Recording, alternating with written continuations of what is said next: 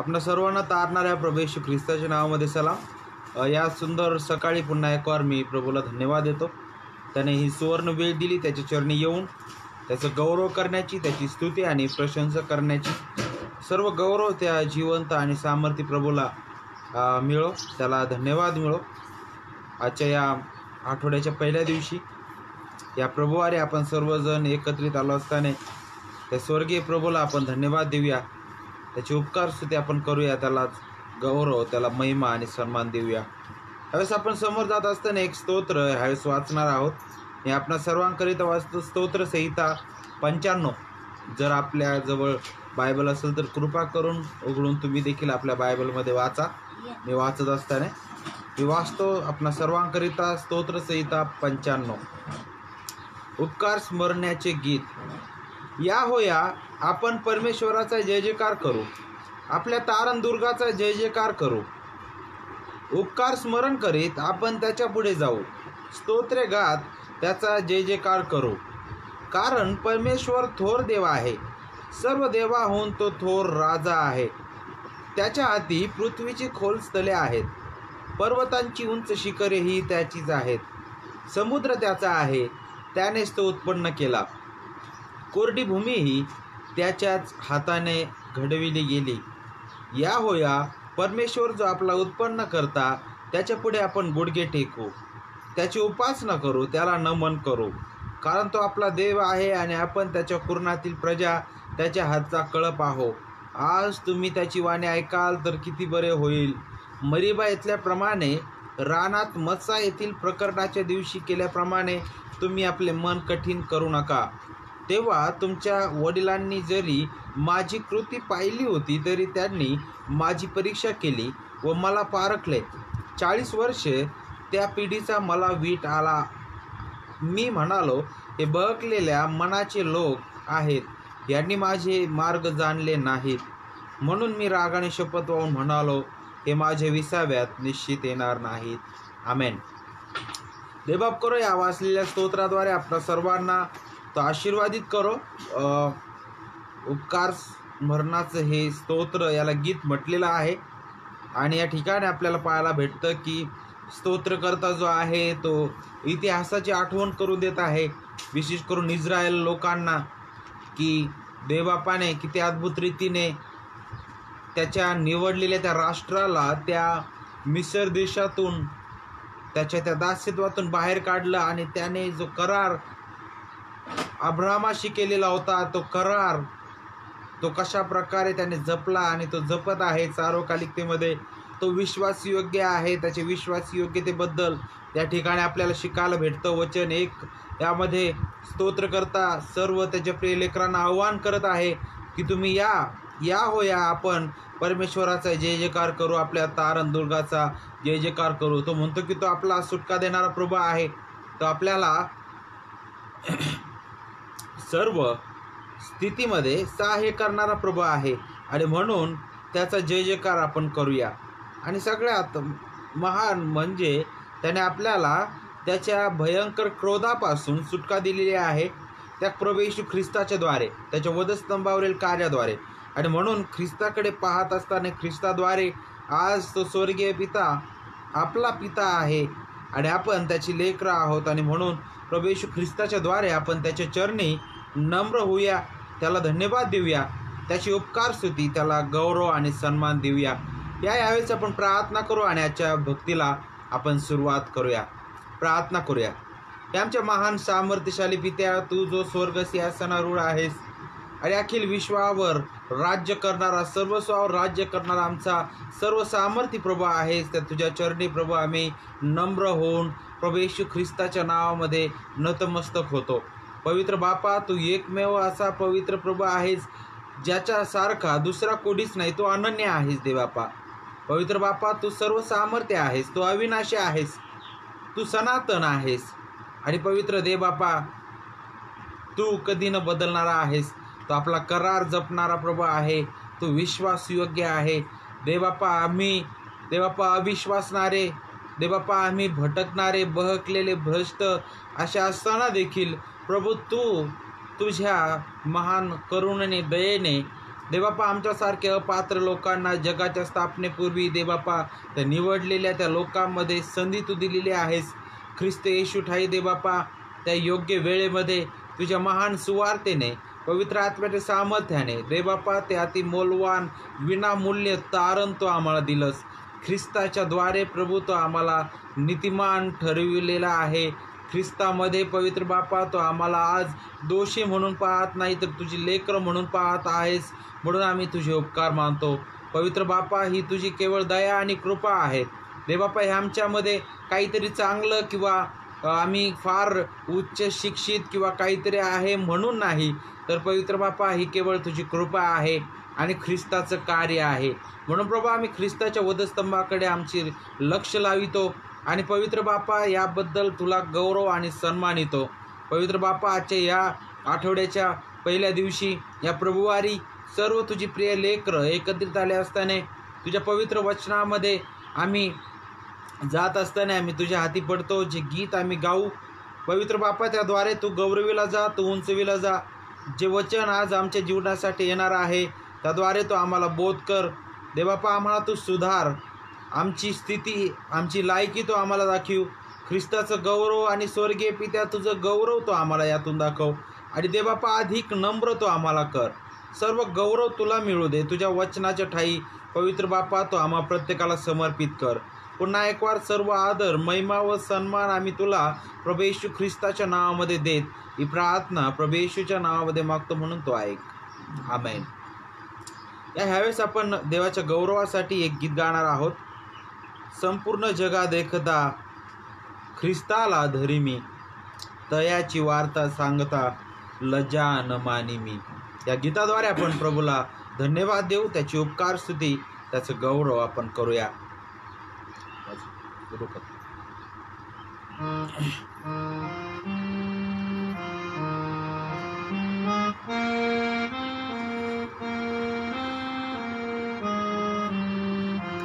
Okay, आपण गाऊया.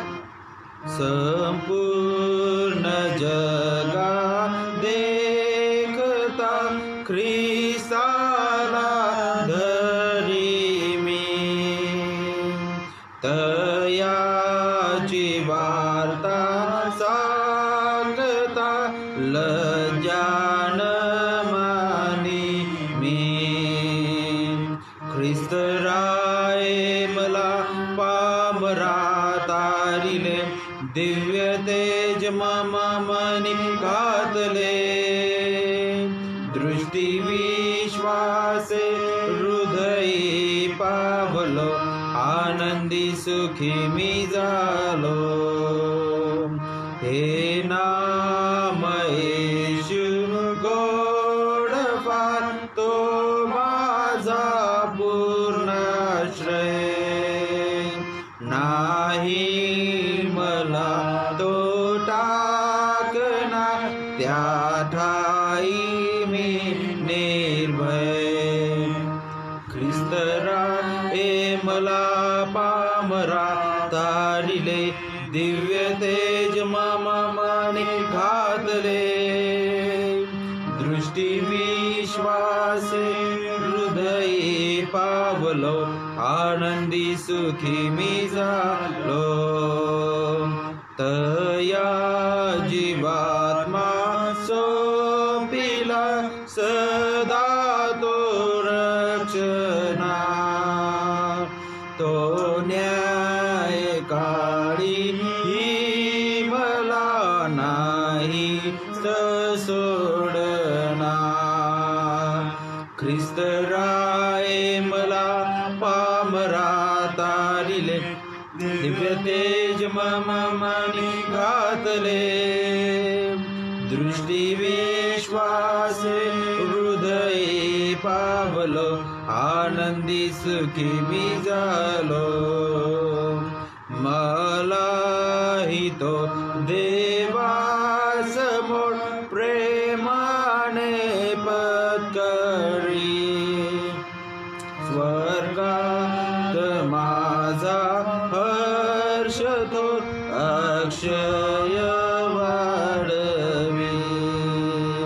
ख्रिस्त राय मला पामरा तारिले, तेज मम मनी घातले, दृष्टी विश्वासे हृदयी पावलो, आनंदी सुखी मी झालो.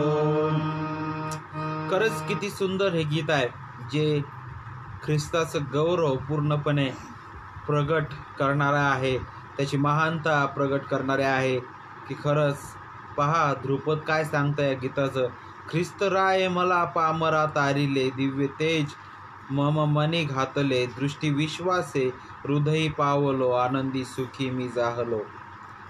काय ख्रिस्ताच्या द्वारे आपण जे पामर, जे पातकी, भ्रष्ट, पापामध्ये मेलेले, त्या जिवंत देवापासून दुरावलेले, त्या स्वर्गीय पित्याच्या क्रोधाखाली असणारे, त्या आपल्याला त्याने त्या क्रोधापासून वाचवलेलं आहे.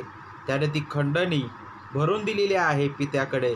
त्या सर्व न्यायी नीतिमान मागण्या स्वर्गीय पित्याच्या, स्वर्गीय देवाच्या, त्या आपल्या बदली त्याने पूर्ण केलेल्या आहे. आणि आपल्याला त्या ख्रिस्ताद्वारे, त्या स्वर्गीय प्रभूने त्याच्या सोबत आपला समेट घडवून आणलेला आहे. आणि बघा तिसरं कडवं काय सांगतं, तया जीवात्मा सोपिला, सदा तो रक्षणार, तो न्यायकाळीही मला नाहीच सोडणार. ख्रिस्त आपलं संरक्षण आहे, आपल्या तारणाची सुरक्षा आहे. ख्रिस्तात आपण सुरक्षित आहोत. आणि पुन्हा जे चौथं कडवं आहे बघा, मलाही तो देवासमोर प्रेमाने पत्करील, स्वर्गात माझा हर्ष थोर अक्षय वाढवेल.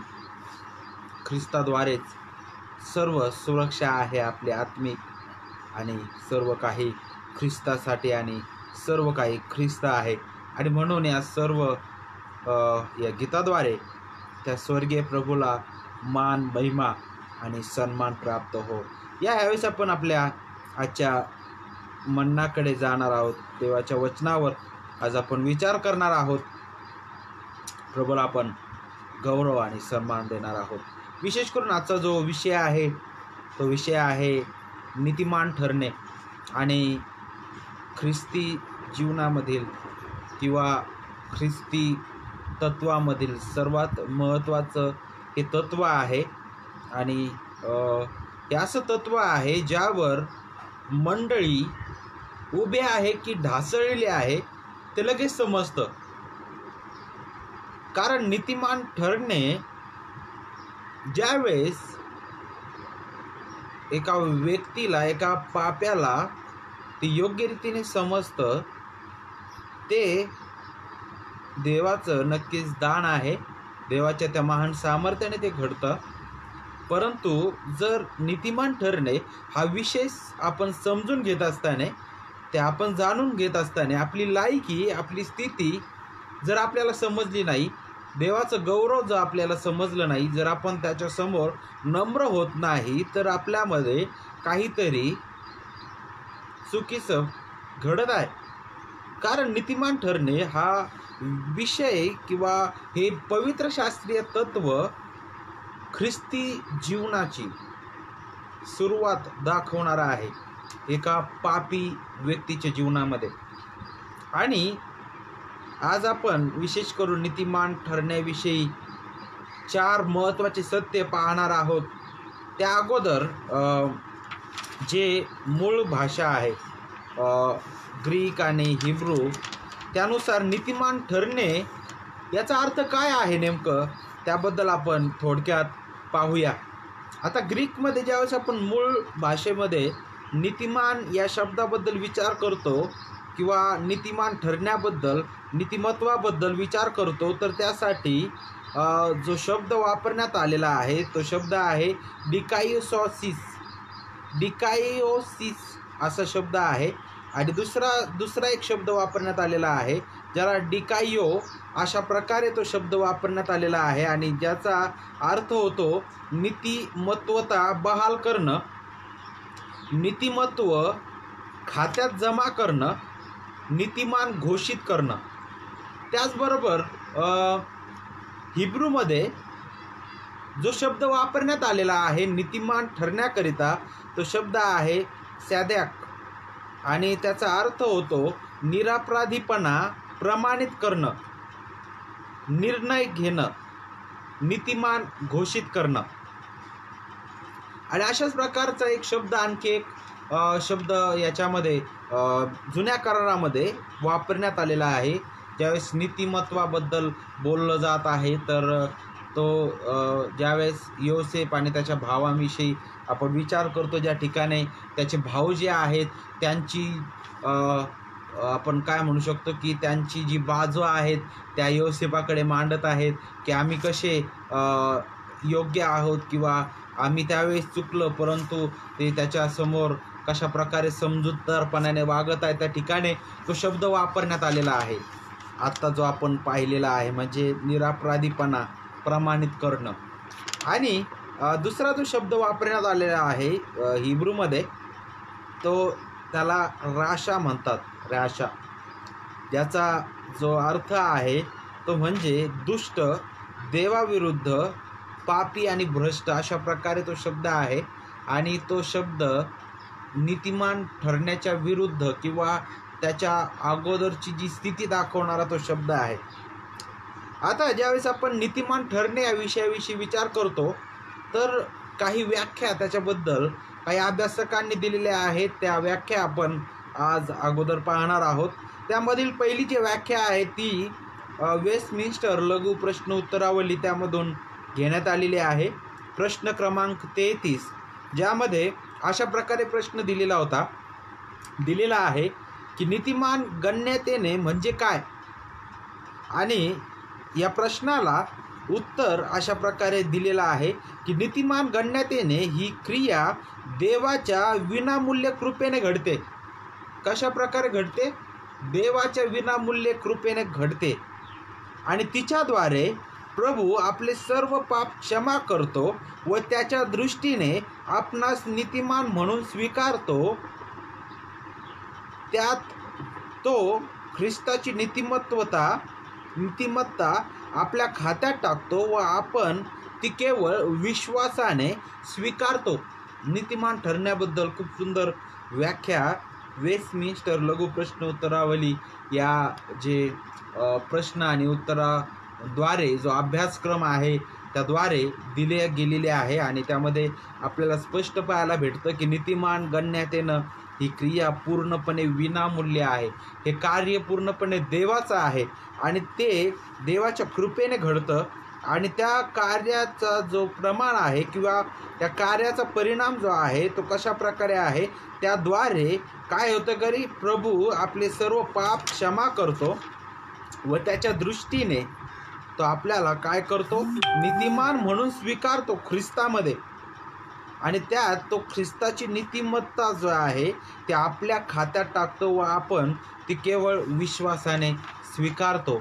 त्यानंतर दुसरी जी व्याख्या आहे ती व्याख्या जे देवाचे सेवक आहेत J.I. पॅकर त्यांनी दिलेली आहे.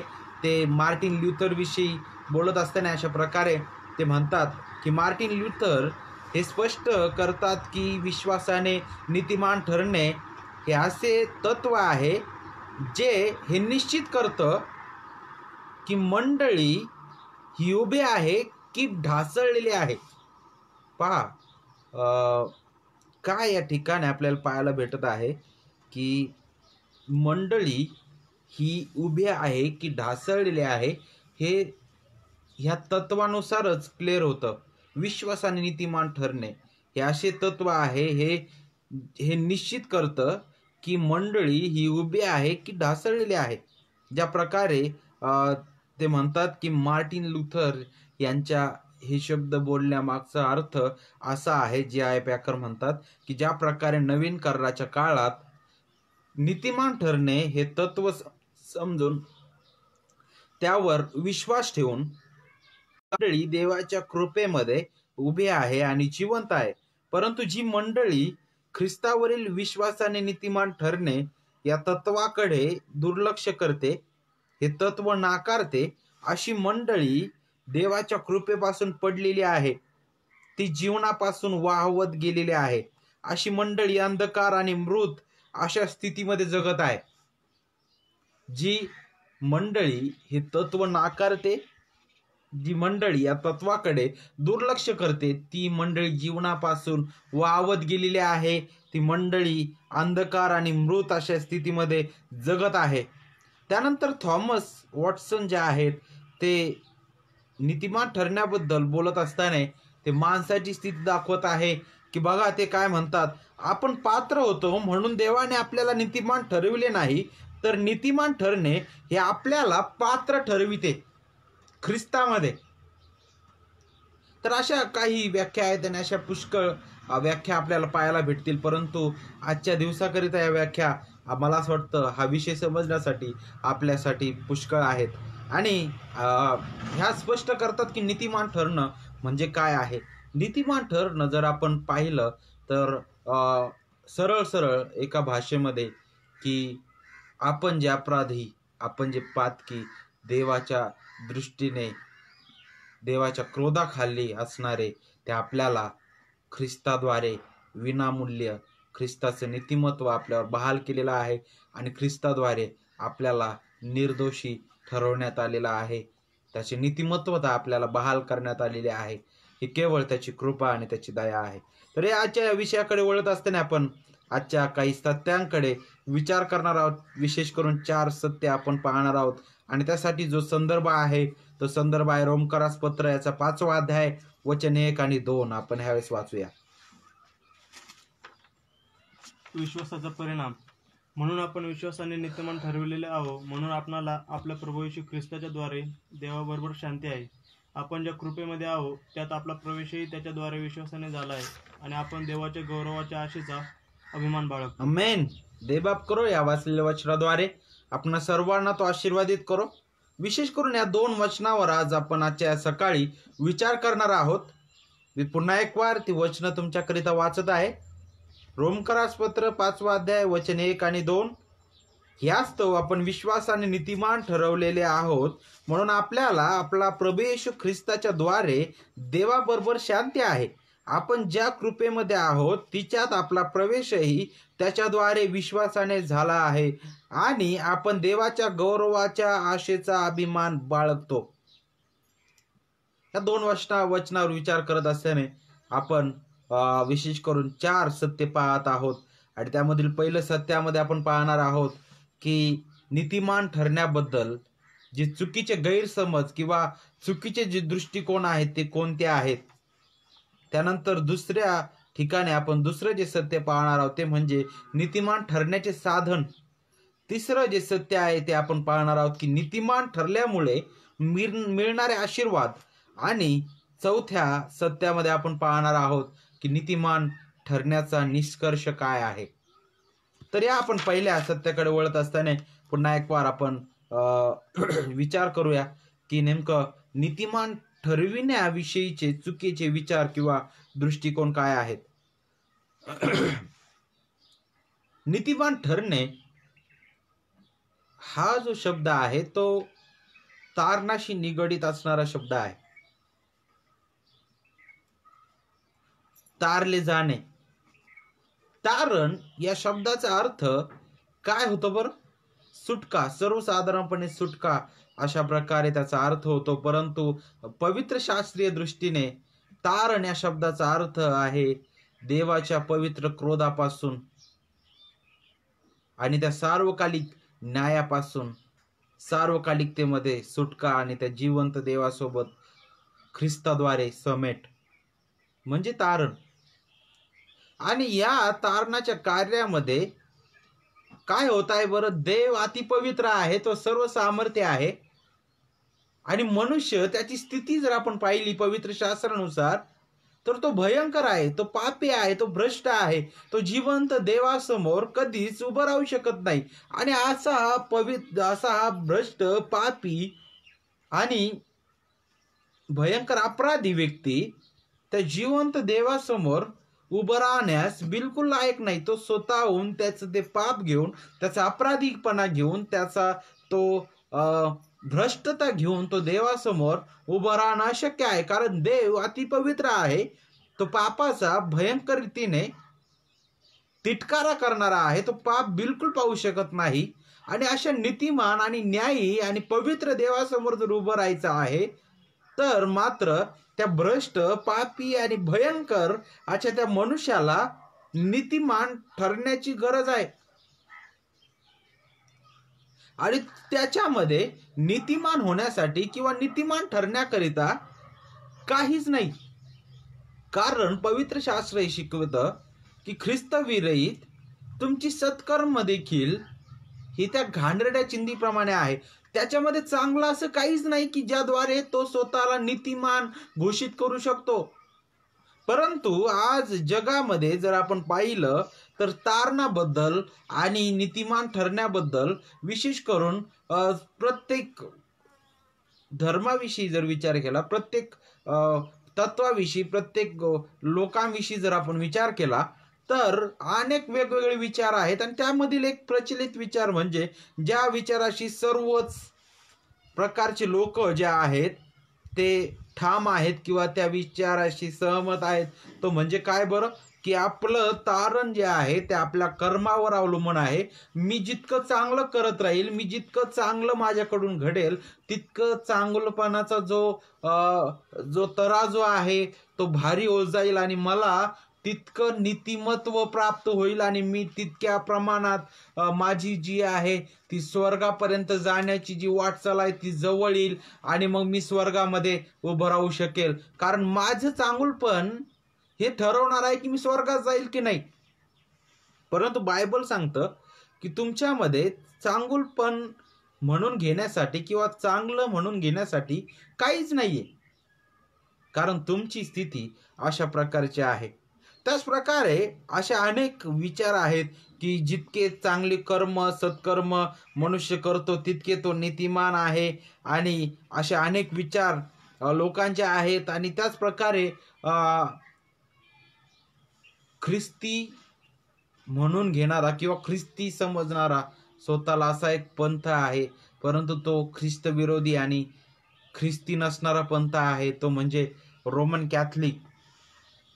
आणि ते अशा प्रकारे विचार करतात नीतिमान ठरण्याविषयी किंवा तारणाविषयी. ते म्हणतात की बाप्तिस्म्याशिवाय आणि स्वइच्छेशिवाय नीतिमत्व आपण स्वीकारू शकत नाही.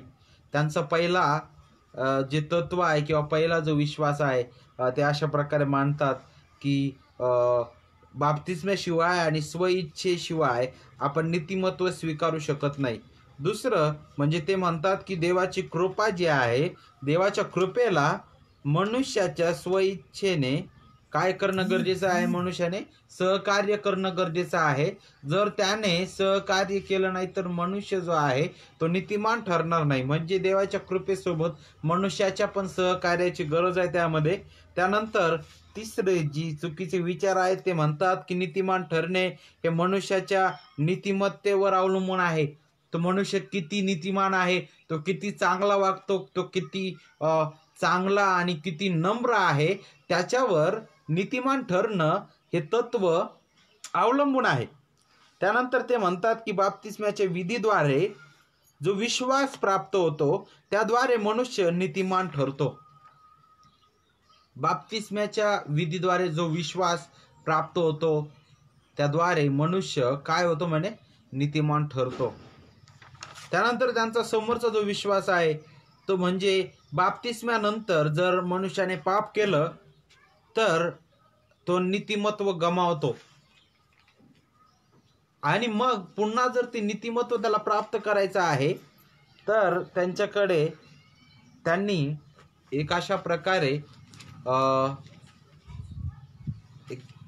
प्रकारे पत्र तयार केलेलं आहे ज्याला क्षमापत्र म्हटलेलं आहे, ज्याचा अधिकार पोपकडे असतो. आणि मग त्याच्या आदेशाने ज्यावेळेस हा जो व्यक्ती ज्याने पाप केलेला आहे तो आपलं पाप त्या पोपच्या कानामध्ये सांगेल आणि तो सांगेल की तुम्ही आता इतकी इतकी किंमत द्या, आणि मग किंमत दिल्यानंतर तो त्या क्षमापत्रावर तो काय करणार, त्याची स्वाक्षरी देणार की हा आता याच्या पापाची क्षमा झालेली आहे. आणि मग याद्वारे ते म्हणतात की पुन्हा तुमचं नीतिमत्व जे आहे ते पुनर्स्थापित होतं. आणि अशा अनेक विचार आहेत देवाच्या प्रिय लेकरांनो, परंतु हे विचार मी तुमच्यासमोर का मांडत आहे, कारण जग अशा प्रकारे वाहवत चाललेलं आहे. देवाच्या सत्य वचनापासून दुसरीकडे भटकत चाललेला आहे. आणि भयंकर गोष्ट आहे, हे भ्रष्ट विचार आहेत, जिवंत देवावर आक्षेप घेणारे असे विचार आहेत, ख्रिस्ताचा वधस्तंभ निरर्थक करणारे, देवाच्या कृपेला अशक्त करणारे, सामर्थ्यहीन घोषित करणारे विचार आहेत, ख्रिस्ताची सुवार्ता विपरीत करणारे विचार आहेत. आणि गलतीकारस पत्रामध्ये जे ख्रिस्ताची सुवार्ता विपरीत करतात, ख्रिस्ताची सुवार्ता विपरीत करणाऱ्यांसाठी एकच शब्द वापरण्यात आलेला आहे आणि तो म्हणजे ॲनाथेमा, म्हणजेच ते नष्ट हो, क्षणात नष्ट हो. कारण ख्रिस्ताची सुवार्ता विपरीत करणं म्हणजे स्वतः त्या देवाला आवाहन करणं, त्या स्वर्गीय देवाला आवाहन करणं ज्याच्याद्वारे ती सुवार्ता आलेली आहे. त्या ख्रिस्ताच्या वधस्तंभाला निरर्थक करणं, त्या सार्वभौम राजाला काय करणं, त्याच्याशी युद्ध पुकारणं. आणि भयंकर गोष्ट आहे, त्या स्वर्गीय प्रभूसमोर कोणीच टिकू शकत नाही.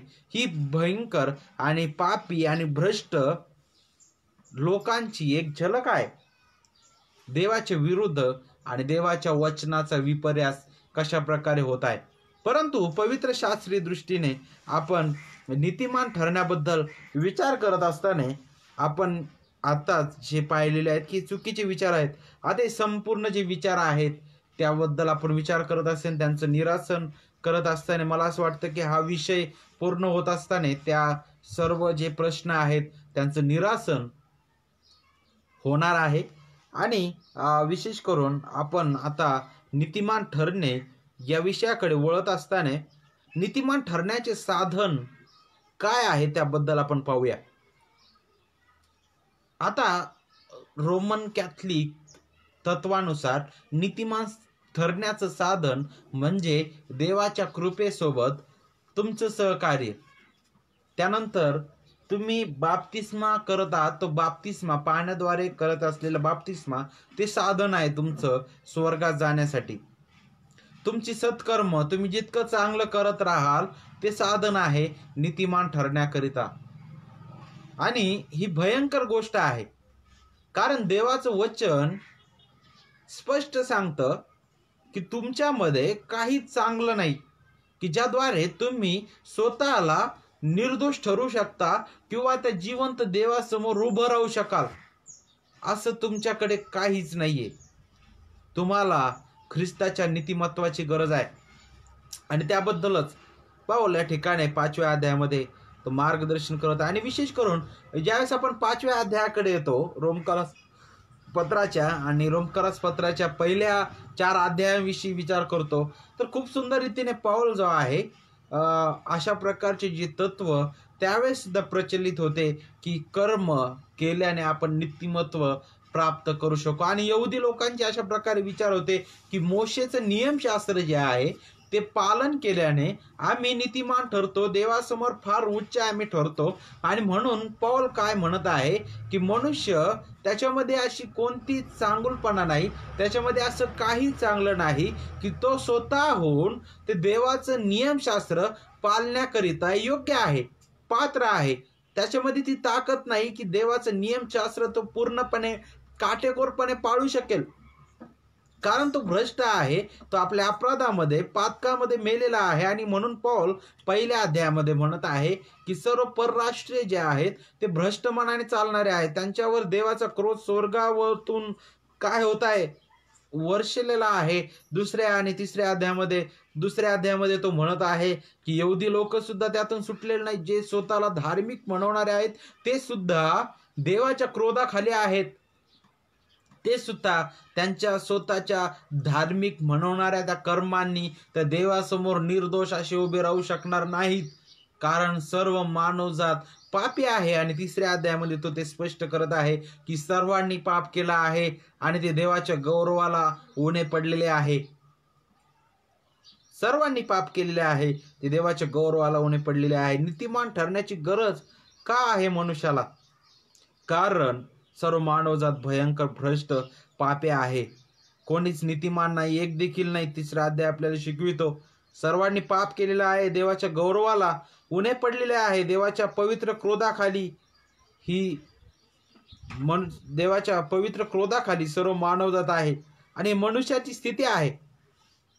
मनुष्य आपल्या पापात आणि अपराधामध्ये मेलेला आहे आणि मेलेला जो व्यक्ती आहे तो काहीच करू शकत नाही ना. तो आत्मिक रीतीने मेलेला आहे. देवाचा आणि त्याचा काहीच संबंध नाही. आणि मग ज्यावेळेस आपण मनुष्याच्या स्थितीकडे पाहतो तर मग या स्थितीकडे पाहत असताना आपल्याला देवाच्याच कृपेची आठवण व्हायला पाहिजे. जर आपल्याला या मनुष्याच्या स्थितीकडे पाहायचं आहे तर आणखी एक उदाहरण आहे पवित्र शास्त्रामध्ये जुन्या करारामध्ये देण्यात आलेलं, ते म्हणजे यहेजकेलाला पडलेला जो दृष्टांत आहे त्याबद्दल. त्या ठिकाणी आपल्याला पाहायला भेटतं की यहेजकेलाला जो आहे एका खोऱ्यामध्ये घेऊन गेलेला आहे देवाचा आत्मा. त्या ठिकाणी आपल्याला पाहायला भेटत आहे की पूर्ण मनुष्यांची जी आस्ती किंवा राख त्याला त्या ठिकाणी पाहायला भेटत आहे. आणि मग तिथं देव त्याला सांगतो की तू काय बोल म्हणे वचन किंवा तिथं घोषणा कर देवाच्या वचनाची. आणि मग आपण पाहतो की तो घोषणा करतो, वचन सांगतो आहे ना. आणि मग त्यानंतर आपल्याला पाहायला भेटते की ते हाडं जुळून येतात आणि मग नंतर आपल्याला पाहायला भेटते की त्यामध्ये श्वास येतो आणि ते पुन्हा जिवंत होतात. अशा प्रकारे ही स्थिती आहे. मनुष्याची स्थिती त्या राख त्या आस्थीप्रमाणे आहे ख्रिस्तविरहित जीवनामध्ये. आणि त्यांना ती राख जी आहे ती काहीच करू शकत नाही. ती माती आहे. त्या मातीमधून पुन्हा जीवधारी प्राणी होण्याकरिता ख्रिस्ताच्या त्या जीवनदायी त्या वधस्तंभावरील कार्याची त्या जीवनदायी त्या सर्व सामर्थ्य सुवार्थीची गरज आहे. पवित्र आत्म्याच्या सामर्थ्याची गरज आहे. पुन्हा त्या मेलेल्या स्थितीमधून उठण्याकरिता त्या स्वर्गीय प्रभूच्या सामर्थ्याची गरज आहे. आणि स्वतःहून मनुष्य त्या स्थितीमधून उठू शकणार नाहीये. केवळ देवाची कृपाच त्या ठिकाणी आपल्याला आठवते. आणि मग नीतिमान ठरण्याचं साधनाविषयी ज्यावेळेस आपण विचार करतो तर ते पहिलं साधन आहे ते म्हणजे काय, देवाची कृपा. देवाच्या कृपेविषयी विचार आपण करत असताना वचन 2 आपण वाचूया. बघा काय सांगितलंय, आपण ज्या कृपेमध्ये आहोत तिच्यात आपला प्रवेशही त्याच्याद्वारे विश्वासाने झाला आहे आणि आपण देवाच्या गौरवाच्या आशेचा अभिमान बाळगतो. कृपा काय आहे? ही कृपा कशी आहे? देवाची जी कृपा आहे हिला अनिवार्य कृपा म्हटलेलं आहे, जी सार्वभौम कृपा आहे. जी कृपा आपल्या स्वबळावर आपण कमवू शकत नाही. ही कृपा आपल्या चांगुलपणावर किंवा कोणत्या दर्जावर किंवा पैशांवर, धार्मिक विधी पाळण्यावर किंवा कशावरही अवलंबून नाही. तर ही कृपा म्हणजे ज्यासाठी आपण पात्र नव्हतो ते देवाने उदार अंतकरणाने देणे किंवा अपात्रांवर दया करणं, ती ही कृपा आहे. ही कृपा दैवी आहे.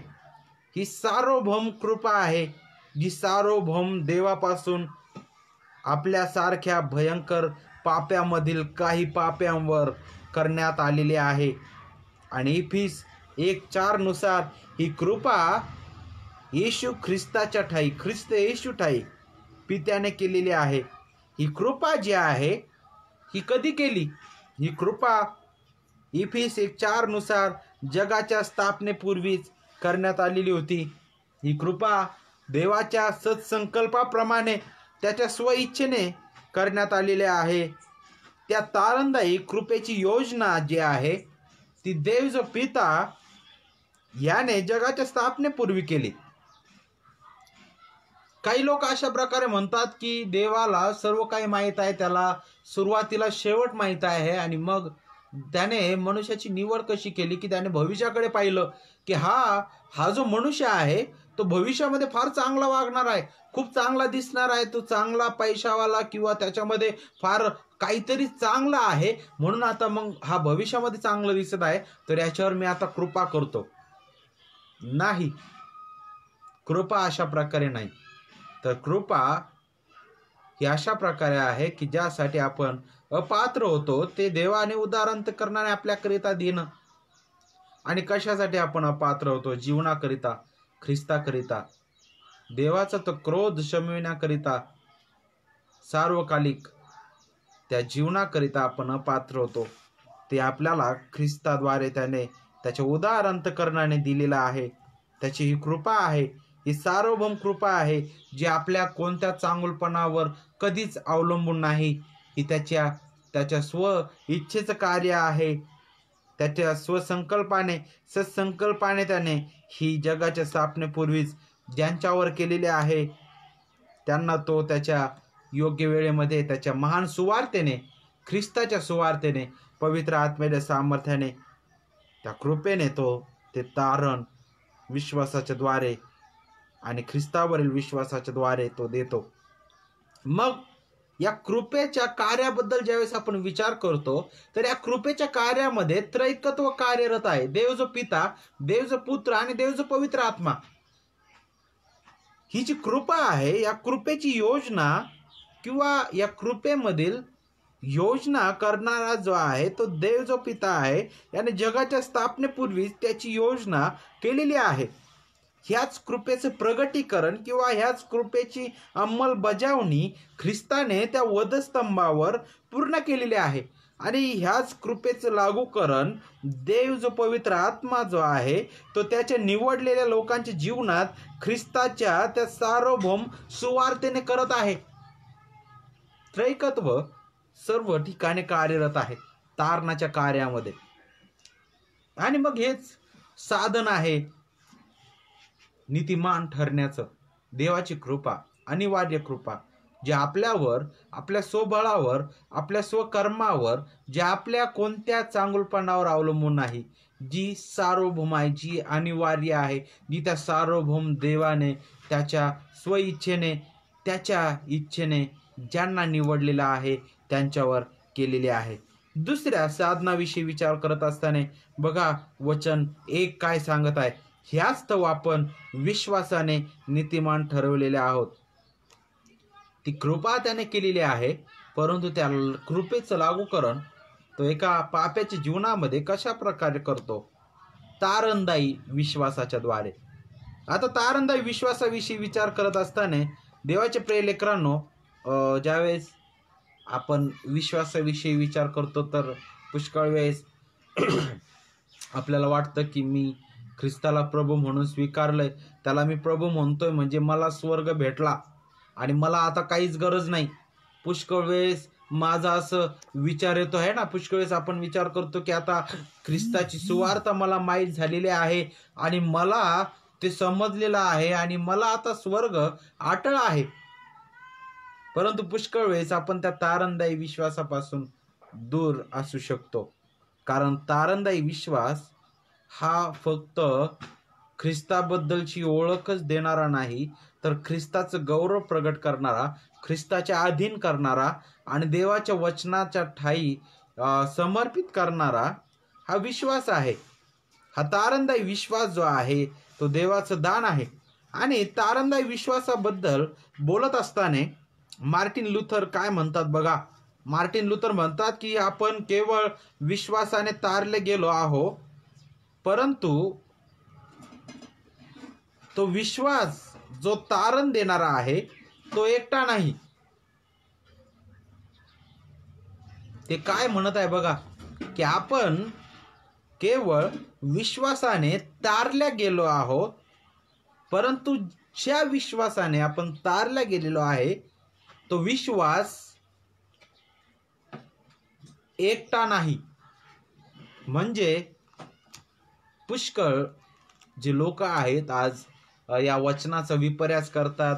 पुष्कळ लोक जे आहेत म्हणतात की विश्वासाने तारण म्हणजे ते अशा प्रकारे विचार करतात की केवळ विश्वास जो आहे त्याद्वारे मी काय होतो, नीतिमान ठरला जातो, मी माझं तारण होतं. परंतु हा जो विश्वास आहे ज्याद्वारे माझं तारण होतं, मी नीतिमान ठरला जातो, तो विश्वास जो आहे तो केवळ म्हणजे असा वेगळा नाहीये, तर तो विश्वास एकटा नाही, तर तो विश्वास जो आहे तो आपल्याला पाहायला भेटतो की तो ख्रिस्तावरील विश्वास आहे, ख्रिस्तावर ठेवण्यात येणारा विश्वास. तो विश्वास जो आहे तो निर्जीव नाही, तो सजीव आहे. आणि आपल्याला पाहायला भेटते की अनेक ख्रिस्ती म्हणणारे जे आहेत ह्या ठिकाणी चुकलेले आहेत. ते म्हणतात की केवळ विश्वासाने नीतिमत्व आहे, आणि हा त्यांचा जो विश्वास आहे तो विश्वास इतिहासावर अवलंबून आहे, ऐतिहासिक विश्वासावर अवलंबून आहे. ऐतिहासिक म्हणजे माझे आई वडील, माझे आजी आजोबा, माझे पंजोबा आणि माझ्या पिढ्यांपारचा मी ख्रिस्ती आहे, आणि मला माहीत आहे की ख्रिस्त हा प्रभू आहे, आणि म्हणून मी विश्वास ठेवत आहे. त्या इतिहासाकडे पाहून मी ख्रिस्ताकडे फक्त येत आहे आणि त्यावर मी विश्वास ठेवलेला आहे. सर्व पाहत आहेत, मी मंडळीमध्ये जात आहे, मी सर्व विधी पूर्ण केलेले आहे, मी चांगला वडील आहे मंडळीमध्ये, किंवा सगळं काही मी करत आहे आणि म्हणून मी ख्रिस्ती आहे. अशा प्रकारच्या भ्रमामध्ये पुष्कळ लोक असतात. परंतु देवाच्या प्रियलेकरांनो, ख्रिस्ती कुटुंबामध्ये जन्मास आलो किंवा ख्रिस्तीपणाच्या काही गोष्टी मी केल्या म्हणजे मी ख्रिस्ती झालो असं नाही, तर आपल्याला केवळ देवाच्या कृपेची गरज आहे.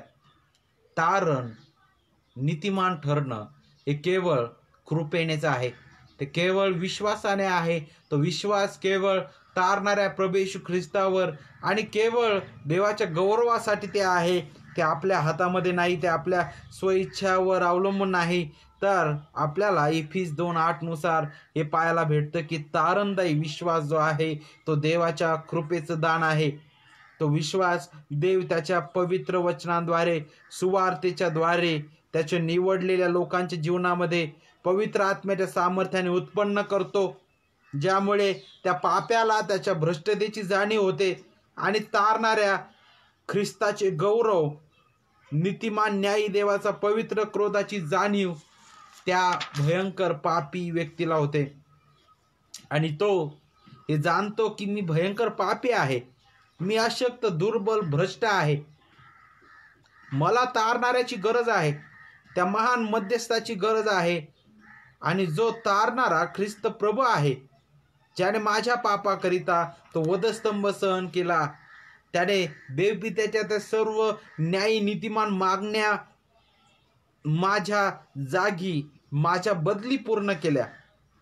ख्रिस्ताने स्वतः ती किंमत त्या वधस्तंभावर मोजलेली आहे, आणि त्याची परिपूर्ण नीतिमत्वता, धार्मिकता, त्याचे संपूर्ण जीवन माझ्यासारख्या पात्र पाप्यास करिकता त्याने दिलेले आहे. त्याची नीतिमत्वता, धार्मिकता माझ्या खात्यात त्याने जमा केलेली आहे, आणि त्याच्याद्वारे मी नीतिमान ठरवण्यात आलेलो आहे. हे आहे नीतिमान ठरणं, हे आहे विश्वासाचं कार्य. हे पूर्णपणे देवाच्या हाती आहे. विश्वास जो आहे, तारणदायी विश्वास देवाचं दान आहे. कृपा, विश्वास आणि तारण देवाचं दान आहे. देवाचं वचन स्पष्ट शिकवितं. तिसरं साधन जे आहे तारणाविषयी किंवा नीतिमान ठरण्याविषयी, ते म्हणजे स्वतः प्रभू येशू ख्रिस्त. ते साधन म्हणणं योग्य नाही त्या ठिकाणी, परंतु ज्यावेळेस आपण प्रभू येशू ख्रिस्ताविषयी विचार करतो तर तो महान प्रभू आहे. आणि त्याच्याविषयी इथं बोलत असताना बघा वचन 1 काय सांगतंय. म्हणून दुसरा भाग, वचन 1 आणि त्याचा दुसरा भाग, म्हणून आपल्याला आपल्या प्रभू येशू ख्रिस्ताच्या द्वारे देवाबरोबर शांती आहे. म्हणून आपल्याला आपल्या प्रभू येशू ख्रिस्ताच्या द्वारे काय आहे प्रभू येशू ख्रिस्त. इथं पौल आता फक्त येशू ख्रिस्त म्हणून त्याला प्रगट करत नाहीये, किंवा फक्त ख्रिस्त म्हणून प्रगट करत नाही. पौलाच्या काही पत्रामध्ये, काही वचनामध्ये तो त्याला ख्रिस्त प्रभू म्हणून प्रगट करतो, काही ठिकाणी तो त्याला येशू ख्रिस्त म्हणून प्रगट करतो किंवा ख्रिस्त येशू म्हणून प्रगट करत आहे. तर काही वचनामध्ये विशेष करून तो काय म्हणून प्रगट करतोय, प्रभू येशू ख्रिस्त. का बरं ह्या 3 शब्दांचा किंवा या 3 शब्द प्रयोगांचा उपयोग पौल या ठिकाणी करत आहे? हे तिन्ही शब्द ख्रिस्ताचं परिपूर्ण जीवन, ख्रिस्ताचं परिपूर्ण मध्यस्थ करणं हे प्रकट करतं. आणि पौल या 3 शब्दांमधून मागील त्या 3 जे अध्याय आहेत त्यांकडे नजर टाकत असताना तो म्हणत आहे की तुम्हाला जर नीतिमान ठरायचं आहे तर एकमेव मार्ग हा आहे, ख्रिस्ताशिवाय तुम्हाला मार्गच नाही. आणि ज्यावेळेस आपण प्रभू येशू ख्रिस्त या तिन्ही शब्दाबद्दल विचार करतो, तर प्रभू याच्यासाठी जो मूळ ग्रीक शब्द वापरण्यात आलेला आहे तो शब्द आहे कुरिओस, आणि ज्याचा अर्थ होतो सार्वभौम, मालक, ज्याचा मनुष्यावर पूर्ण नियंत्रण करता आहे, जो सार्वभौम राजकुमार आहे, जो मुख्य आहे.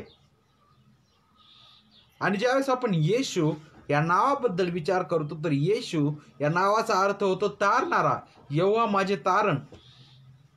आणि मग ख्रिस्त या शब्दप्रयोगाचा आपण अर्थ पाहतो, तर ख्रिस्त याचा अर्थ होतो मूळ ग्रीक जो शब्द आहे त्यासाठी ख्रिस्टॉस, ज्याचा अर्थ होतो अभिषिक्त, मसीहा, देवाचा पुत्र. ख्रिस्त हा शब्द त्याचं दैवत्व प्रगट करणारा शब्द आहे. प्रभू हा जो शब्द आहे त्याचं सर्वाधिकारी पण प्रगट करणारा शब्द आहे, की तो सर्वाधिकारी प्रभू आहे, तो सर्व नियंत्रण करता प्रभू आहे. तर येशू हा जो शब्द आहे तो हे प्रगट करणारा शब्द आहे की तोच एकमेव तारणारा आहे, त्याला सोडून तारणाचा मार्गच नाही. आणि मग या तिन्ही शब्दाकडे पाहत असताना आपल्याला हे पाहायला भेटतं की ख्रिस्ताविना कृपा नाही, ख्रिस्ताविना तारण नाही, ख्रिस्ताविना जीवन नाही, ख्रिस्ताविना नीतिमत्व नाही. ख्रिस्त आपल्या तारणाचा नायक आहे, तो आपला तारणाचा प्रभू आहे, तो आपल्या तारणाचा मुख्य आहे. ख्रिस्त आपल्या तारणाचे सामर्थ्य आहे. तोच एकमेव देव व पापी मानव यांच्यामधील मध्यस्थ आहे. ख्रिस्तच सर्व काय आहे आणि ख्रिस्त तारणाचा जीवन स्रोत आहे, ते आपल्याला यामधून पाहायला भेटत आहे. आणि ज्यावेळेस आपण या साधनांविषयी विचार करतो की कृपा, विश्वास आणि ख्रिस्त, ती जी कृपा आहे सार्वकालिकतेमध्ये पित्याने प्रगट केली, ती ख्रिस्ताद्वारे प्रगट केली. ती कशी प्रगट केली, तिचं प्रमाण, तिचं लागूकरण देव जो पिता, देव जो पुत्र, देव जो पवित्र आत्मा, त्रैक देव जो आहे तो त्याच्या निवडलेल्या लोकांच्या जीवनामध्ये विश्वासाच्या द्वारे तो ते प्रमाणित करत आहे. त्या तारणदायी विश्वासाच्या द्वारे आपल्याला हे प्रगट होतं. आणि नीतिमान ठरणं याच्याविषयी आपण आणखी विचार करत असताना आपल्याला पाहायला भेटतं की नीतिमान ठरणं हा जो शब्द आहे तो कायद्याची भाषा दाखवणारा शब्द आहे, कायद्याविषयी मार्गदर्शन करणारा हा शब्द आहे. जसं कोर्ट आहे आणि कोर्टामध्ये आपल्याला पाहायला भेटतं की न्यायाधीश, वकील आणि आरोपी आहे. आणि हे असं कोर्ट आहे ज्या ठिकाणी जो आरोपी आहे तो भयंकर त्याने आरोप केलेला आहे आणि त्याची शिक्षा अटळ आहे. सर्व जे पुरावे आहेत ते हेच सांगत आहे की तो जो आरोपी आहे तो शिक्षेस पात्र आहे. आणि तो शिक्षेस पात्र असताना न्यायाधीश काय करत आहे की त्याचा न्याय करत आहे आणि त्याला ती शिक्षा सुनावत आहे. ती शिक्षा सुनावत असताना वकील जो आहे तो न्यायाधीशांना म्हणतो की न्यायाधीश महाराज जरा थांबा, मला माहीत आहे की तो जो आरोपी आहे त्याने आरोप केलेला आहे, तो आरोपी आहे, तो अपराधी आहे आणि त्याच्या विरुद्ध सर्व पुरावे मार्गदर्शन करत आहेत, सर्व पुरावे हे स्पष्ट करत आहे की तो शिक्षेस पात्र आहे. हे मी जाणतो, परंतु आज मी वकील या नात्याने तुमच्या समोर उभा आहे आणि मी तुमच्या समोर उभा असताना माझी स्थिती काय आहे. तर न्यायाधीश म्हणतो की तू काहीच केलेलं नाहीस, तू निर्दोष आहेस, तू एकदम स्वतंत्र आहेस, तू आपलं जीवन जगू शकतोस. आणि त्यावेळेस वकील म्हणतो की नक्कीच मी माझं जीवन जगू शकतो, परंतु माझी अशी इच्छा आहे की जी शिक्षा त्या आरोप्याला झालेली आहे ती शिक्षा तुम्ही मला द्यावी आणि मी जे जीवन जगत आहे ते जीवन, ती स्वतंत्रता, ती निर्दोषता त्याच्यावर बहाल करावी. माझ्या जागी ते जीवन त्याने ते जगावं. आणि ख्रिस्ताने तेच केलेलं आहे आपल्याकरिता. तो स्वर्गीय पिता महान न्यायाधीश आहे, पवित्र न्यायाधीश आहे, तो नीतिमान न्यायाधीश आहे, तो विश्वासयोग्य न्यायाधीश आहे. आणि आपण त्या कठाड्यातले भयंकर आरोपी आहोत, जे पापाच्या त्या भयंकर रोगाने ग्रस्त आहोत, त्या जिवंत देवाचे शत्रू असे आहोत. परंतु ख्रिस्त जो वकील, जो महान मध्यस्थ, त्याने तुमच्या आणि माझ्या पापाकरिता तो या भूतलावर आला. त्याने आपल्याकरिता तो वधस्तंभ सहन केला. आपल्या बदली त्याने त्या जिवंत न्यायाधीशाचे त्या न्यायी मागण्या पूर्ण केलेल्या आहेत. आपल्या बदली त्याने त्या अपराधाची खंडणी, त्या आपल्या अपराधाची किंमत त्याने त्या वधस्तंभावर मोजून दिलेली आहे. आणि तो ख्रिस्त जो निर्दोष, निष्कलंक, जो सार्वकालिक प्रभू, त्याचं जीवन, त्याची निर्दोषता, त्याचं नीतिमत्व त्याने आपल्यासारख्या पाप्यावर बहाल केलेला आहे. आणि मग ज्यावेळेस तो न्यायाधीश, तो न्यायी प्रभू, स्वर्गीय पिता ज्यावेळेस आपल्यासारख्या भ्रष्ट व्यक्तीकडे, त्या तारणाऱ्या निर्दोष निष्कलंक ख्रिस्ताद्वारे पाहतो, तर तो म्हणत आहे की नाही, हे माझी लेकरं आहेत. का? कारण यांच्याकरिता माझ्या एकुलत्या एका प्रिय पुत्राने आपलं निर्दोष निष्कलंक जीवन दिलेलं आहे. त्याने खंडणी मोजलेली आहे आणि आता त्याची नीतिमत्वता या पाप्यावर बहाल केलेली आहे. आणि म्हणून आता हे पापी नाही, तरी निर्दोष नीतिमान ठरवण्यात आलेले आहे. ख्रिस्तामध्ये आपल्याला ते नीतिमत्व प्राप्त झालेलं आहे. आपण नीतिमान झालेले नाही, आपण नीतिमान नाही, तर नीतिमान ठरवण्यात आलेले आहोत. ख्रिस्ताठाई, ख्रिस्ता विरहित आपण देवाच्या क्रोधाचे वाटेकरी होतो, परंतु ख्रिस्तामध्ये आता आपण स्वतंत्र आहोत.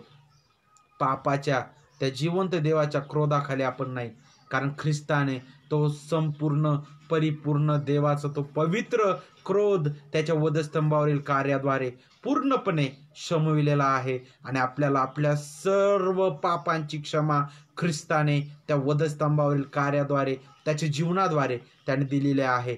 तो आपल्याकरिता मरण पावला याकरिता की आपल्याला जिवंत व्हावं.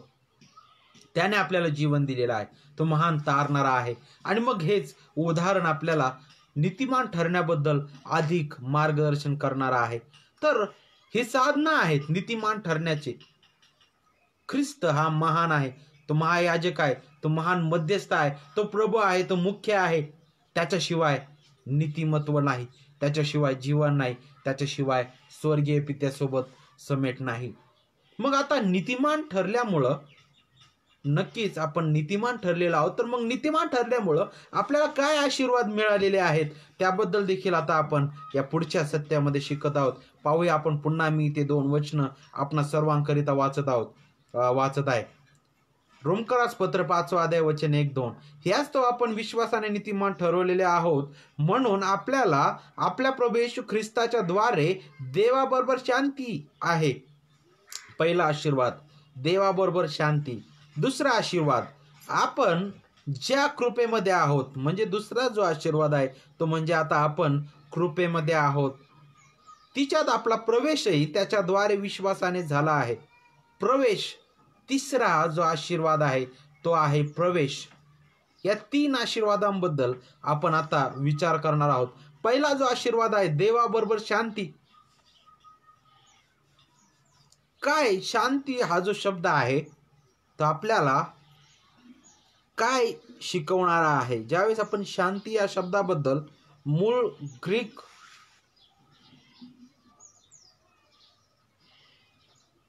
शब्दातून त्याचा अर्थ आपण पाहतो, तर आपल्याला पाहायला भेटतं की जो मूळ अर्थ आहे शांतीसाठी वापरण्यात आलेला तो अशा प्रकारे आहे की जणू काय भयंकर युद्ध आहे, भयंकर शत्रुत्व आहे, आणि त्या शत्रुत्वामध्ये कोणीतरी तिसरा येतो आणि तो तिसरा येऊन त्या दोन्ही जे गटामधील जे शत्रुत्व आहे ते तो दूर करतो आणि त्या दोन्ही गटांना तो काय करतो, एकत्र करतो. अशा प्रकारचा हा शब्द आहे. तो शब्द ऐक्याविषयी मार्गदर्शन करणारा आहे, समेटाविषयी मार्गदर्शन करणारा आहे, शांततेविषयी मार्गदर्शन करणारा शब्द आहे. आणि रोमकरास पत्रामध्ये ज्यावेळेस आपण पाहतो, मी तुम्हाला या अगोदरही सांगितलेलं आहे आणि आता पुन्हा एक मी सांगत आहे की पहिले जे 4 अध्याय आहे, ज्यावेळेस आपण बारकाईने आपण वाचतो तर त्यामध्ये पौल जो आहे मनुष्याची पूर्ण भ्रष्टता दाखवत आहे आणि देवाची अति पवित्रता दाखवत आहे. आणि यातून मनुष्य आणि देव त्यामधील जो भयंकर जी स्थिती आहे ती तो प्रदर्शित करत आहे की देवाचे आपण शत्रू आहोत. ज्यावेळेस आपण 3रा अध्याय वचन 9 आपण पाहतो, त्या ठिकाणी सांगितलं की सर्व पापवश आहेत. 10व्या अध्यायामध्ये सांगितलं की कोणीच नीतिमान नाही. 12व्या वचनामध्ये सांगितलेलं आहे की सर्व बहकलेले आहे, निरुपयोगी झालेले आहे. 19वे जे वचन आहे 3रा अध्याय आणि वचन 19 मध्ये सांगितलेलं आहे की देवासमोर सर्व जग शिक्षेस पात्र आहे. आणि मग 5वा अध्याय रोमकरास पत्र आणि वचन 10 ज्यावेळेस आपण पाहतो तर देवाचे शत्रू आपण आहोत ख्रिस्त विरहित. आणि भयंकर स्थिती आहे, ही गोंधळाची स्थिती आहे, ही भयंकर वादाची स्थिती आहे, हे भयंकर शत्रुत्व आहे जे त्या सार्वभौम निर्माणकर्त्यासोबत निर्मितीचा आहे. आणि निर्मिती त्या निर्माणकर्त्यासोबत कधीच टिकाव धरू शकत नाही, परंतु तो निर्माणकर्ता दया संपन्न आहे, तो महान सामर्थ्य प्रभू आहे. तो त्याच्या उदार अंतकरणाने स्वतः त्याच्या त्या निर्मितीसोबत स्वतःचा समेट घडून आणत आहे. परंतु तो समेट घडवून आणत असताना त्याचं नीतिमत्व, त्याचं न्यायीपण, त्याची पवित्रता तो राखून तो समेट घडवून आणत आहे. तो अशा प्रकारे समेट घडवून आणत नाही की अरे तू वाईट केलेला आहेस, तू पाप केलेला आहेस, काय हरकत नाही बाबा, मी तुला स्वीकारत आहे. नाही, तो समेट घडवून आणत असताना त्या पापाची पण किंमत मोजून देत आहे. तर त्या पापाचं जो परिणाम, त्या पापाचं देखील प्रायश्चित्त देत आहे, कारण तो न्यायाधीश आहे, तो पवित्र देव आहे. आणि त्या न्यायाने, त्या पवित्रतेने तो समेट स्वतः त्या निर्मितीसोबत घडवून आणत आहे. त्याला शांती म्हटलेलं आहे आणि त्या समेट्याचा मध्यस्थ ख्रिस्त आहे. भयंकर स्थिती असताना सुद्धा देव अति नीतिमान आहे. मानव जो आहे तो भयंकर पापी अनितिमान आहे. देव न्याय आहे, तर मनुष्य जो आहे तो फसव्या आहे. देव पाप पाहू शकत नाही, तर मनुष्य जो आहे तो पापी आणि भ्रष्ट आहे, तो पापाशिवाय राहू शकत नाही. आणि ही स्थिती मनुष्याची आहे. आणि म्हणून ही गोंधळाची स्थिती असताना देवाचा पवित्र क्रोध मनुष्यावर भडकलेला आहे. आणि तो क्रोध शमविण्याची मनुष्यामध्ये काहीच ताकद नाही. मनुष्य स्वतःहून काहीच करू शकत नाही, परंतु तरी देव दया संपन्न आहे. त्याने स्वतः आपल्या सारख्या पापी भ्रष्ट मनुष्यासोबत त्याचं समेट घडून आणलेलं आहे ख्रिस्ताद्वारे. ख्रिस्ताची जीवन, त्याचे वधस्तंभावरील प्रायश्चित्त याद्वारे देवाचा परिपूर्ण पवित्र क्रोध पूर्णपणे शमविलेला आहे. आता ख्रिस्ताद्वारे निवडलेल्या पाप्यांचा पवित्र देवाशी समट झाला आहे. आता देव जो पिता ख्रिस्ताद्वारे आपल्याकडे पापी म्हणून पाहत नाही, तर नीतिमान ठरविण्यात आलेले असे पाहतो, कारण ही नीतिमत्वता ख्रिस्ताची आहे. आणि ह्यालाच शांती म्हणतात. आणि ज्यावेळेस आपण याच्याविषयी आणखी आपण शिकतो, तर आपल्याला रोमकरास पत्र 8वा अध्याय आणि वचन 1 आणखी याबद्दल स्पष्ट करतं. बघा, ख्रिस्त येशू ठाई असलेल्यांना दंड आज्ञा नाही. ख्रिस्ताद्वारे आपण देवाच्या त्या पवित्र क्रोधापासून सुटलेलो आहे. ती शांती आहे, देवाबरोबर शांती. त्या पवित्र निर्माणकर्त्यासोबतचा समेट तो स्वतः त्याने घडून आणलेला आहे. त्यानंतर दुसरा जो आशीर्वाद आहे, तो आशीर्वाद वचन 2 मध्ये आहे. बघा, आपण कृपेमध्ये आहोत. वचन 2 काय सांगतंय? रोमकरास पत्र 5वा अध्याय वचन 2, आपण ज्या कृपेमध्ये आहोत. कृपेमध्ये असणं, आता आपण कृपेमध्ये आहोत. आपण आता ज्यावेळेस कृपेबद्दल विचार करतो, तर कृपेबद्दल मी या अगोदरही तुम्हाला सांगितलेलं आहे आणि म्हणून पुन्हा मी वारंवार ते सांगणार नाही. परंतु ज्यावेळेस आपण कृपेबद्दल विचार करतो, तर नक्कीच देवाची महानता ते प्रगट करतं. आपण आता देवाच्या पवित्र क्रोधाखाली नाही, तर आता त्याच्या कृपेमध्ये आहोत, जी त्याने प्रभू येशू ख्रिस्ताच्या ठाई त्याच्या निवडलेल्यांवर केलेली आहे. आणि हा आशीर्वाद आहे देवाच्या प्रिय लेकरांनो, हा आशीर्वाद आहे त्याच्या प्रिय लेकरांकरिता. आपण आता त्याच्या कृपेमध्ये आहोत, जी त्याने त्याच्या प्रिय पुत्राच्या ठाई केलेली आहे. त्यानंतर तिसरा जो आशीर्वाद आहे, तो म्हणजे त्याच 2ऱ्या वचनामध्ये दिलेला आहे. काय बरं? आपण ज्या कृपेमध्ये आहोत तिच्यात आपला प्रवेशही त्याच्याद्वारे विश्वासाने झालेला आहे. तिच्यात म्हणजे कशात? त्या कृपेमध्येच. त्या संदर्भानुसार आपला प्रवेश काय झालेला आहे? त्याच्यामध्ये आपला प्रवेश त्याच्याद्वारे विश्वासाने झालेला आहे. प्रवेश हा जो शब्द आहे, तो सार्वकालिक सुरक्षेबद्दल मार्गदर्शन करणारा शब्द आहे. मनुष्याच्या स्थितीबद्दल, नातेसंबंधाबद्दल मार्गदर्शन करणारा हा शब्द आहे. अगोदर आपण उपरे आणि परके होतो, पण आता ख्रिस्ताद्वारे पित्याच्या जवळचे आपण झालो आहोत. अगोदर आपण त्याचे शत्रू होतो, पण आता ख्रिस्ताद्वारे आपण त्याची लेकरं झालेलो आहोत. अगोदर आपण त्या अंधकाराच्या राज्याचे वाटेकरी होतो, परंतु ख्रिस्ताद्वारे आपण आता प्रकाशाच्या राज्याचे वाटेकरी झालेलो आहोत. अगोदर आपण देवाच्या जीवनाला पारखे असे होतो, पण आता ख्रिस्तामध्ये त्या सार्वकालिक जीवनाचे वाटेकरी आपण झालेलो आहोत. अगोदर आपण मेलेलो होतो, परंतु आता ख्रिस्तामध्ये जिवंत आहोत. अगोदर आपण नाशास पात्र होतो, असुरक्षित होतो, परंतु आता ख्रिस्ताठायी सार्वकालिकतेमध्ये आपण सुरक्षित आहोत. आणि आपल्याला ही वचनं जे आहेत ते त्या सार्वकालिक सुरक्षेबद्दल शिकवत आहे. एकदा तारल्या गेले, सदा सर्व काळाकरिता तारल्या गेले. आणि 2 वचनामध्ये आपल्याला कमीत कमी या 3 आशीर्वादांबद्दल शिकायला भेटतं. आणि याबद्दलच आपल्याला हे तिसरं सत्य यामध्ये पाहायला भेटत आहे. आणि अनमोल आशीर्वाद आहे देवाच्या प्रिय लेकरांनो.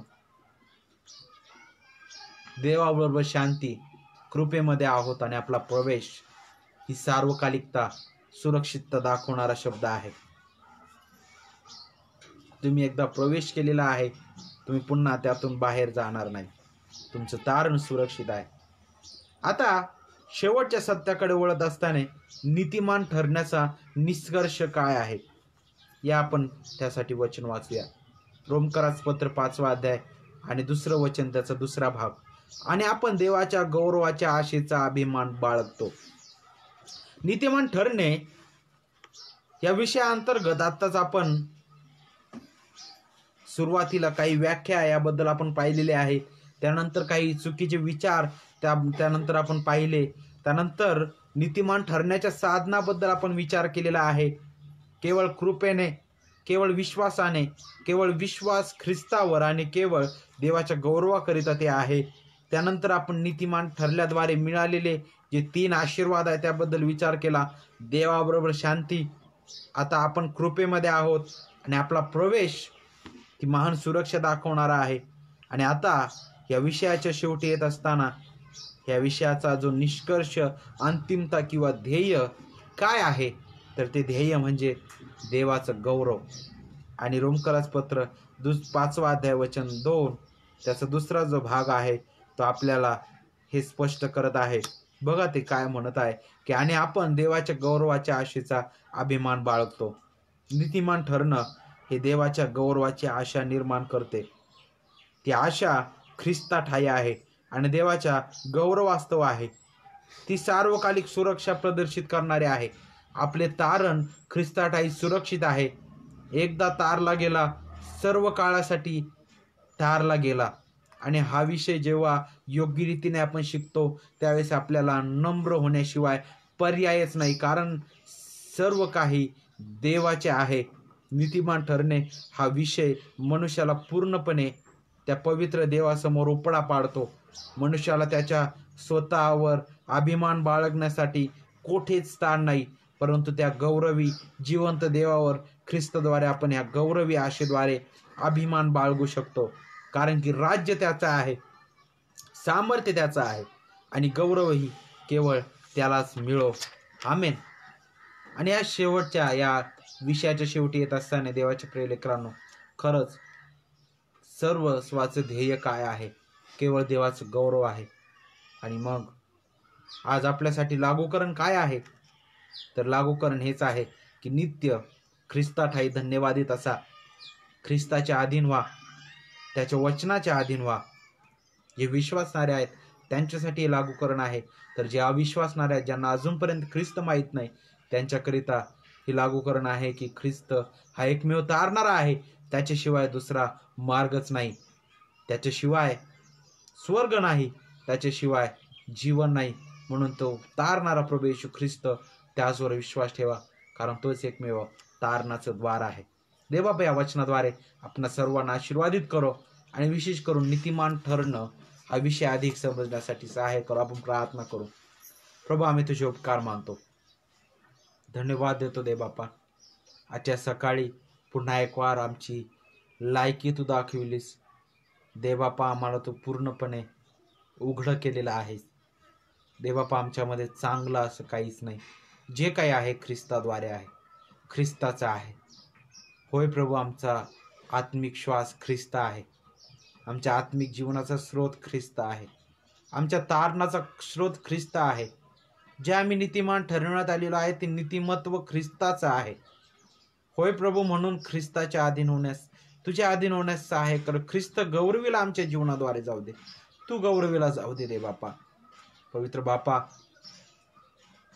तुझ्या वचनाच्या अधीन तू आम्हाला कर. नित्य तुझ्या सत्यामध्ये आम्हाला तू समर्पित कर. आमच्यातील भ्रष्टता, आमच्यातील देवबापा उसंबळून येणारा स्वभाव जो पुष्कळ वेळेस देवबापा तुला देवबापा गौरविणारा नसतो, देवबापा विनंती करतो आमचं जीवन नित्य तुला गौरविणारं असावं. यासाठी आमच्यावर सर्वतोपरी तुझंच नियंत्रण असू दे. धन्यवाद देतो देवबापा ख्रिस्ताच्या वधस्तंभावरील कार्याबद्दल, त्याच्या त्या मिळालेल्या नीतिमत्वतेबद्दल. पवित्र बापा, जे अनमोल आशीर्वाद तू नीतिमान ठरण्याद्वारे आम्हाला दिलेले आहेस, की प्रभू आम्हाला आता तुझ्या बरोबर शांती आहे. प्रभू, तू आमचा पिता आहेस, आम्ही तुझे लेकरं आहोत. देवबापा, आता आम्ही कृपेमध्ये आहोत. प्रभू, आमचा प्रवेश तुझ्या राज्यामध्ये झालेला आहे. प्रभू, आम्ही दत्तक घेण्यात आलेलो आहोत. पवित्र बापा, आम्ही तुझे लेकरं आहोत. आता आमचं नीतिमत्व हे आमचं नाही, ख्रिस्ताचं आहे. आमच्यामध्ये जे काही चांगलं आहे ते आमच्या हातून नाही तर ख्रिस्ताचं कार्य आहे. आणि म्हणून देवबापा, केवळ तुझं गौरव आमच्या जीवनाद्वारे होऊ दे. धन्यवाद देतो. आता जे गीता आम्ही गायले, स्तोत्र वाचलं, त्याद्वारे तू गौरवला गेलास. जे वचन आमच्या जीवनापर्यंत आलेलं आहे प्रभू, त्याद्वारे आमच्याशी तू बोललेला आहेस. आमची स्थिती तू दाखवलेली आहेस. तुझे उपकार मानतो, हीच विनंती करतो. ही वचनं समजून घेऊन ते सोडून देणार आम्ही असू नये, तर त्या वचनाप्रमाणे आचरण करण्यास सहाय्य कर. सर्व गौरव तुला देत प्रभू येशूच्या प्रेमळ आणि गोड नावामध्ये प्रार्थना मागतो, म्हणून तो ऐक. आमेन. पुन्हा एक आपणा सर्वांना सलाम. देवबाप तुम्हा सर्वांना आशीर्वादित करो. तारणाऱ्या प्रभू येशू ख्रिस्ताची कृपा, स्वर्गीय पित्याचं प्रेम आणि पवित्र आत्म्याची सुखदायी सहभागिता तुम्हा सर्वांसोबत सदोदित असो. आमेन.